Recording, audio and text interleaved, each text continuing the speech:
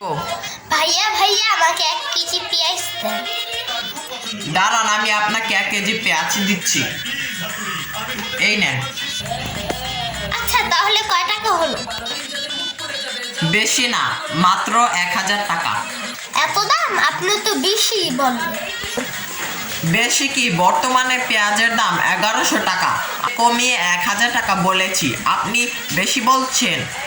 এখন হচ্ছে 2050 সাল, এখন টাকার দাম একটু বেশি।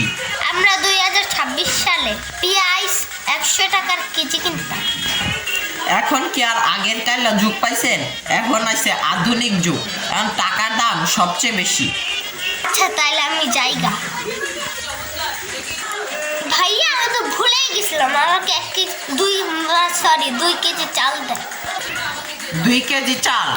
2 কেজি চালের দাম 10,000 টাকা। 10,000? ওরে বাপ, এত দাম কেনে?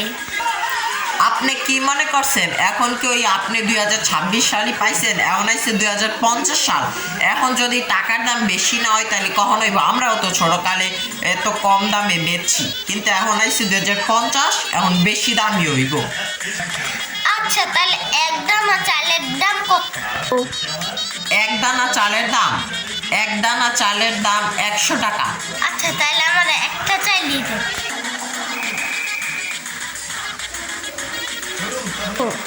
এই নিন আপনার 1 দানা চাল। এই নিন আপনার 1 দানা চাল। দেন আমাকে আমার 100 টাকাটা দেন। কোন যুগে যে আইলাম, এই একটা ভাতের লিঙ্গা মানে চাইলের লিঙ্গা, আমার 100 টাকা দেওয়া লাগবে।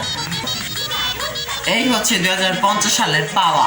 বাবার একটা মোবাইল লাগবে, বাবার জন্য একটা মোবাইল কিনে বাবাকে উপহার দিই। ভাইয়া ভাইয়া আমাকে একটা মোবাইল দেন। কি মোবাইল চান? স্যামসাং চান নাহলে আইফোন চান? তাহলে আমাকে একটা স্যামসাং মোবাইল দিন।